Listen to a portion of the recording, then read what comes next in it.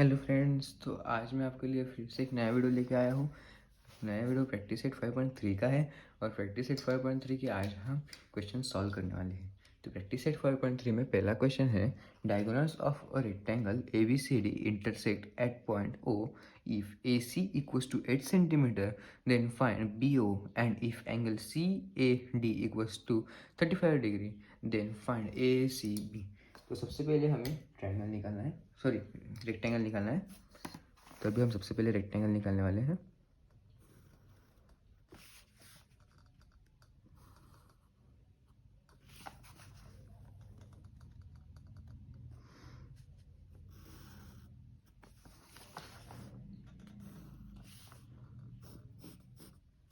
ये है हमारा रेक्टेंगल। रेक्टेंगल का नाम क्या है? A B C D, A B C और डी। और यहाँ पे बोला गया है कि जो ओ पॉइंट है वो बीच में है एंड यहाँ पे दो डायगोनल्स हैं, बराबर। तो हम दो डायगोनल्स निकालने वाले हैं।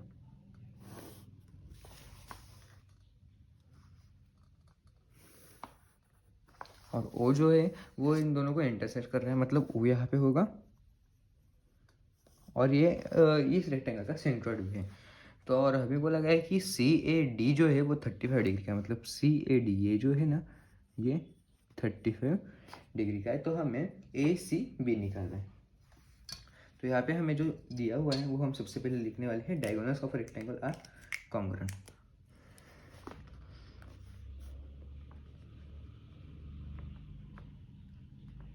आपको पता ही होगा डायगोनल्स और पैरेललोग्राम दोनों सेम ही होते हैं। तो इसका मतलब जो पैरेललोग्राम होता है उसके जो डायगोनल्स होते हैं वो दोनों को इंटरसेक्ट करते हैं। तो इसका मतलब जो रेक्टेंगल है उसके भी जो डायगोनल्स है वो एक दूसरे को बाइसेक्ट करते हैं, मतलब इक्वल होते हैं वो दोनों। तो इसका मतलब जो ए सी है वो 8 सेंटीमीटर का है, तो जो डी बी आ जाएगा वो भी 8 सेंटीमीटर का ही होगा। तो हम यहाँ पे लिखेंगे diagonals of rectangle are congruent.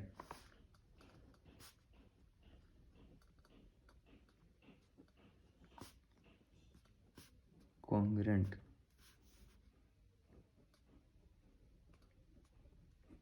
therefore AC equals to B D equals to 8 centimetre, मतलब बी डी भी आ गया 8 सेंटीमीटर। और हमें ओ बी, हाँ ओ बी पूछना है। तो इसका मतलब ओ बी क्या, ये जो ओ है वो सेंट्रोइड है, तो इसका मतलब D O is equal to O B. मतलब इसका मेरा 8 है तो ओ बी का कितना आ जाएगा 4 सेंटीमीटर। जो जैसे पैरेललोग्राम का जो डायगोनल्स होता है वो बाइसेक्ट करता है इक्वल पार्ट्स में, तो इसका मतलब रेक्टेंगल का भी जो डायगोनल है वो बाइसेक्ट करता है। तो इसके टू इक्वल पार्ट ओ ने किए हैं। तो यहाँ पे हम लिखेंगे rectangle is a parallelogram so diagonals bisect each other. तो हम यहाँ पे लिखेंगे रेक्टेंगल इज also, सॉरी थोड़ा सा गलत हो गया, parallelogram so the diagonals bisect each other,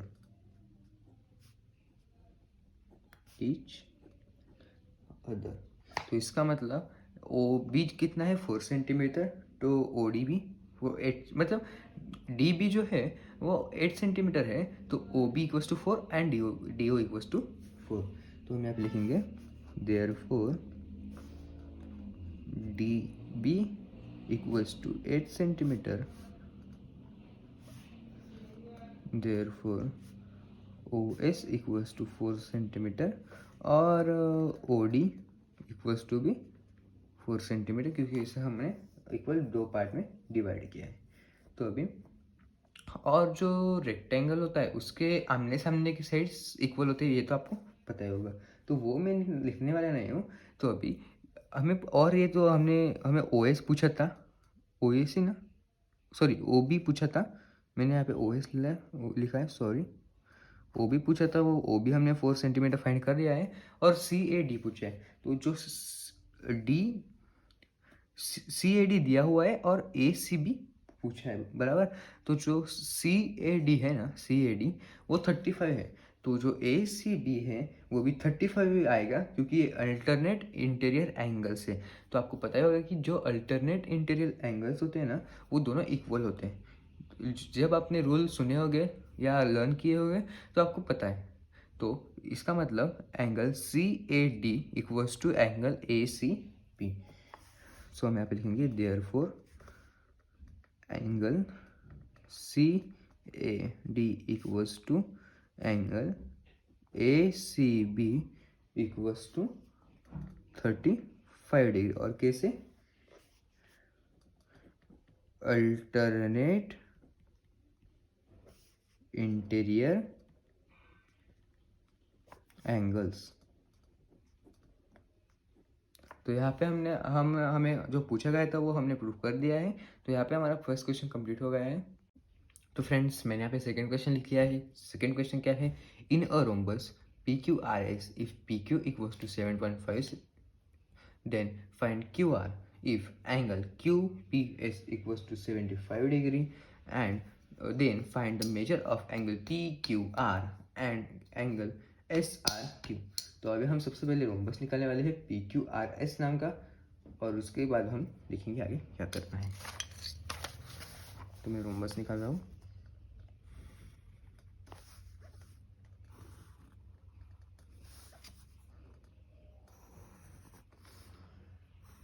ये है हमारा रोम्बस और इसका नाम है PQRS। PQRS, और इसमें PQ जो है वो 75 डिग्री का है, सॉरी 75 सेंटीमीटर का है, सॉरी भाई सॉरी। और QPS जो है वो 75 डिग्री है।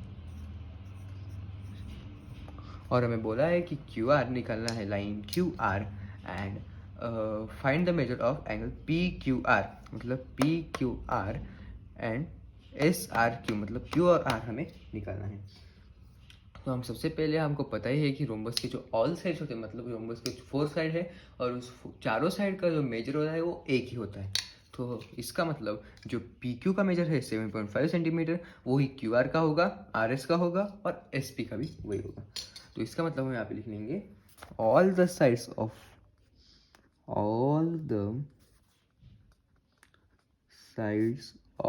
rhombus are equal। इसका मतलब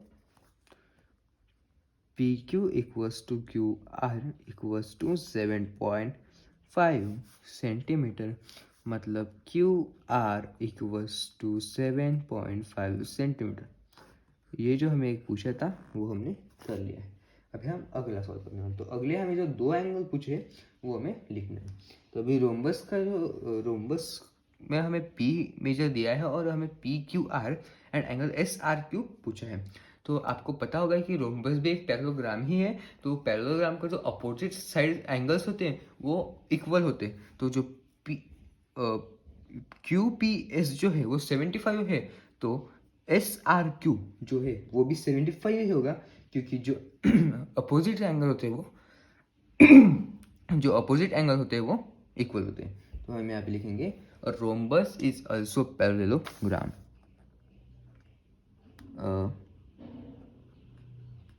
rhombus is also a parallelogram, so angle QPS is equal to angle SRQ is equal to 75 degree. तो हमें जो पूछा गया था एंगल SRQ वो भी हमने ढूंढ लिया है। तो हम यहाँ पे करेंगे angle SRQ equals to 75 degree. तो अभी लास्ट बचा है एंगल PQR, और जो एंगल PQR है वो लीनियर पेयर, आपको पता होगा लीनियर पेयर मतलब ये भी P और Q है, एक लीनियर पेयर है और उसमें जो 2 एंगल्स होते हैं उसका मेजर होता है 180 डिग्री। तो जब हमें Q निकालना है तो हम क्या करेंगे, 75 plus angle PQR equal to 180 degree. क्यों? This is the interior angle on the same side of a transversal of supplementary. तो हम यहाँ पे अभी सबसे पहले लिखेंगे angle Q P S plus angle P Q R, angle Q P S plus angle P Q R equals to 180 degree. Q P S कितना है 75 degree plus angle P Q R equals to 180 degree. तो अभी हमें P Q R निकालना है, तो angle P Q R equals to, यहाँ पे प्लस यहाँ पे जाके माइनस हो जाएगा, 180 डिग्री माइनस 75 डिग्री, तो एंगल पी क्यू आर आ जाएगा 105 डिग्री।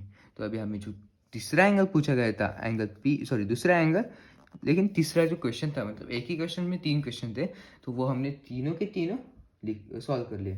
तो अभी हम नीचे सब लिख लेंगे। Line Q R equals to 7.5 centimetre, ये था first. Angle P Q R equals to 105 degree, ये था सेकेंड।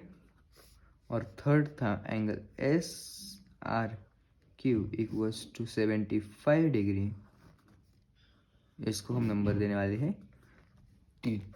तो यहाँ पे हमें जो 3 पूछे गए थे वो हमने सॉल्व कर लिया है, और यहाँ पे हमारा दूसरा क्वेश्चन भी कंप्लीट हो गया है। तो फ्रेंड्स मैंने यहाँ पे थर्ड क्वेश्चन लिख लिया है। थर्ड क्वेश्चन क्या है, diagonals of a square I G K L intersect at point M, find the measure of angle I M J, angle J I K and angle L J के। तो हम सबसे पहले यहाँ पे स्क्वायर निकालने वाले, तो हम सबसे पहले स्क्वायर निकालेंगे।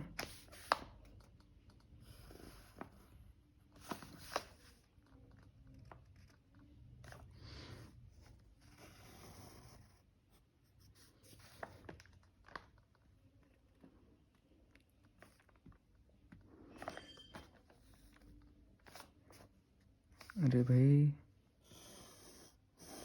ओके, तो यहाँ पे हमने स्क्वायर निकाल लिया है, और अभी हमें बोला गया है कि m जो है वो इंटरसेक्ट कर रहा है डायगोनल्स को, तो हम यहाँ पे डायगोनल्स निकाल लेने वाले हैं। और जो डायगोनल्स होते हैं वो स्क्वायर को 4 इक्वल्स पार्ट में डिवाइड करते हैं। एक डायगोनल है तो 2 और 2 डायगोनल्स होता 4। तो अभी हम इस डायग्राम को हम नाम देने वाले हैं आई जे के और एल, और उसमें जो m है वो इंटरसेक्ट कर रहा है डायगोनल्स को, मतलब यहाँ पे पॉइंट आ जाएगा m। तो और हमें पूछा गया है कि एंगल आई एम जे, मतलब एंगल ये एंगल जे आई के, एंगल जे आई के मतलब ये, सॉरी एंगल जे आई के ना मतलब ये, और एंगल एल जे के, तो एंगल एल जे के है ये।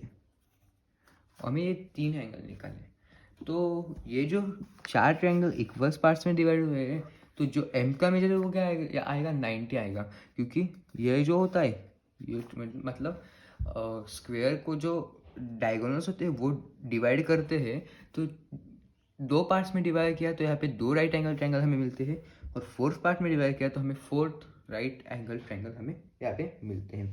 और ये जो होता है वो यही आएगा 90 डिग्री का। तो हम यहाँ पे लिखेंगे diagonals of a square are perpendicular bisector, diagonals of a square are perpendicular bisector of each other, मतलब जो डायगोनल्स होते हैं वो परपेंडिकुलर बाइसेक्ट करते हैं। देयरफॉर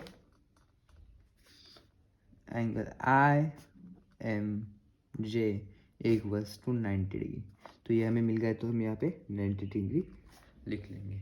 और अभी आपको पता ही होगा एंगल 90 डिग्री का हो तो ये जो स्क्वायर के जो चारों एंगल होते हैं वो भी 90 डिग्री के होते हैं, और जो डायगोनल्स है वो इक्वल्स पार्ट्स में डिवाइड करता है, मतलब ये हाफ है और ये हाफ है, ये हाफ है और ये हाफ है, ये हाफ है और ये हाफ है। तो हम यहाँ पे लिखने वाले अ square has all the four angle of right angle. मैंने बताया है जो जो एंगल वो जो फोर जो स्क्वेयर को वो इक्वल डिवाइड करता है बराबर। तो जो आई जो अगला कौन सा है, जे आई के, जो जे आई के होगा वो 45 डिग्री होगा, क्योंकि ये इक्वल पार्ट्स में डिवाइड करता है। उसका मतलब एंगल आई जे के equals to 1/2 into 90 degree equals to 45 degree. तो हम यहाँ पे लिखेंगे a square has all the four angles as right angles, also diagonals of a square bisect the opposite angles. क्योंकि हमें मार्क्स जब मार्क्स चाहिए होते हैं ना, तो हमें यहाँ पे ऐसा लिखना पड़ता है, लेकिन जब कंप्यूटर एग्जाम में हम एग्ज़ाम देते हैं तो हम यहाँ पे लिख सकते हैं डायरेक्ट 45 डिग्री, क्योंकि वो हमें पता होता है। हमें जो उसके जो नोट्स है, हमें नोट्स निकालना चाहिए, तो हमें जल्द से जल्द उसका आंसर मिलता है। तो अभी हमें यहाँ पे ये स्कूल के पेपर है, इसलिए हमें इसे मेथड पे मार्क्स मिलते हैं। तो हम यहाँ पे लिखेंगे a square has all the four angles as right angles, also diagonals of a square bisect the opposite sides, sorry opposite angles, sides ने एंगल्स। तो ये हमने लिखा ना, तो इससे हमें 1 मार्क तो आराम से मिल जाता है। तो हम अभी यहाँ पे लिखेंगे देयरफॉर एंगल जे आई के इक्वल्स टू 1/2 इंटू 90 डिग्री।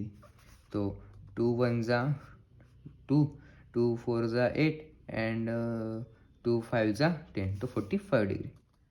तो ये हमें मिल गया 45 डिग्री, जे आई के हमें मिल गया। और जैसे हमें जे आई के मिला है, वैसे हमें एल जे के मिलने वाला है, क्योंकि ये इधर का हाफ है और ये इधर का हाफ है, लेकिन हाफ ही है ना, तो हमें जो पूरा पूछा होगा तो उसका मेजर आ जाएगा 90 डिग्री, लेकिन यहाँ पे हाफ ही है, तो इसका मतलब जे भी क्या आ जाएगा, एल जे के भी क्या आ जाएगा, 45 डिग्री। तो वैसे हम लिखेंगे और देयरफॉर एंगल एल जे के इक्वल्स टू 1/2 इंटू 90 डिग्री, 2 1 जा 2, 2 4 जा एंड 2 5 जा इक्वल्स टू 45 डिग्री। तो यहाँ पे हमें जो 3 एंगल पूछे गए थे वो हमने सॉल्व कर लिए हैं। तो हम यहाँ पे लिख लेंगे, नंबर 1 था angle I M J. Angle I M J हमें नंबर 1 पे पूछा गया था, तो हम इसे लिखने वाले हैं 90 डिग्री। 2 नंबर पे पूछा गया था एंगल जे आई के, एंगल जे आई के हमें मिला है 45 डिग्री। एंड 3 नंबर पे पूछा गया था एंगल एल जे के, वो हमें मिला है 45 डिग्री। तो जो 3 एंगल हमें पूछे गए थे वो हमने फाइंड कर लिए। तो आज हम यहाँ पे ही रुकने वाले हैं, क्योंकि 4th एंड 5th क्वेश्चन हमने सॉल्व किया, तो वो वीडियो ज़्यादा ही लंबा हो जाएगा। तो ये वीडियो देखने के लिए थैंक यू। वीडियो पसंद आया तो वीडियो को लाइक करें, कमेंट करें, चैनल को सब्सक्राइब नहीं किया है तो सब्सक्राइब करें, और बाजू में जो बेल आइकॉन है वो बजाएं। बाय।